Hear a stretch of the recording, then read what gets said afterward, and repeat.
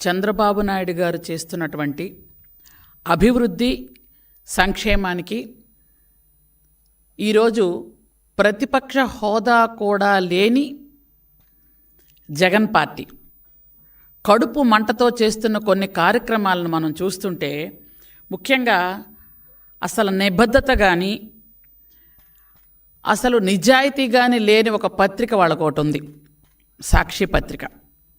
అలాగే అబద్ధాలను అలవోకగా చెప్పగలిగిన ఛానల్ ఒకటి ఉంది, అది సాక్షి ఛానల్.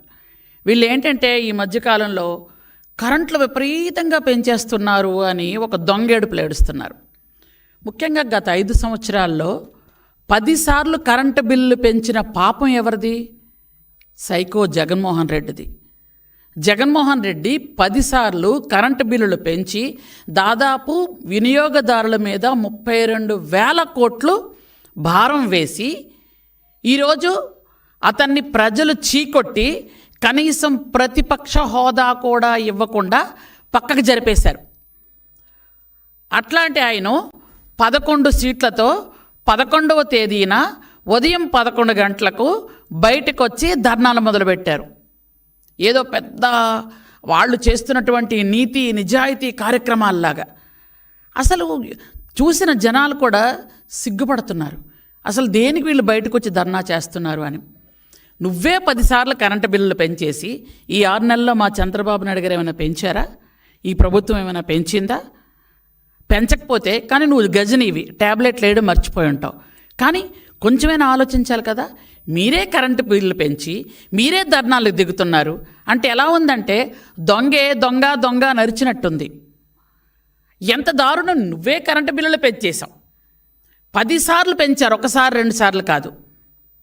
కానీ ఈరోజు మీరు బయటకు వచ్చి కరెంటు బిల్లులు చాలా దారుణంగా పెరిగిపోయాయి, ప్రజలు ఏమైపోతున్నారు, ఇంకా పైగా ఆ పేపర్లో రాస్తారు ప్రజలు వణికిపోతున్నారట. యాక్చువల్గా చంద్రబాబు నాయుడు గారు ఉండేటప్పుడు 3వసారి ముఖ్యమంత్రి అయ్యేటప్పుడు యాక్చువల్గా 2014లో ఎంత తక్కువ కరెంటు ఎంత దారుణం అంటే 22.5 మిలియన్ల యూనిట్లు లోటుతో చంద్రబాబు నాయుడు గారికి అప్పచెప్పారు.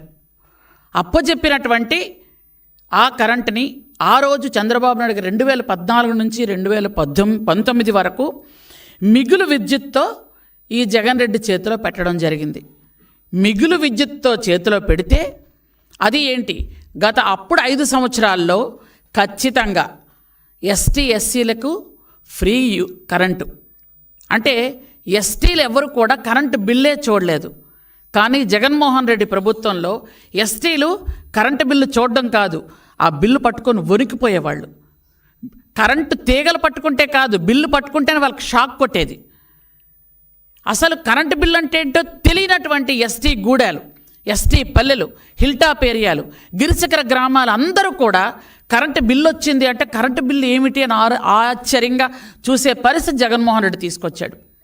2 నెలలకి కరెంటు బిల్లు సామాన్యమైన మధ్యతరగతి కుటుంబాలకు 250, 300 బిల్లు వచ్చే వాళ్ళకి ప్రతి నెల 500, 600, కొంతమందికి 1000 రూపాయలు కూడా వచ్చేది.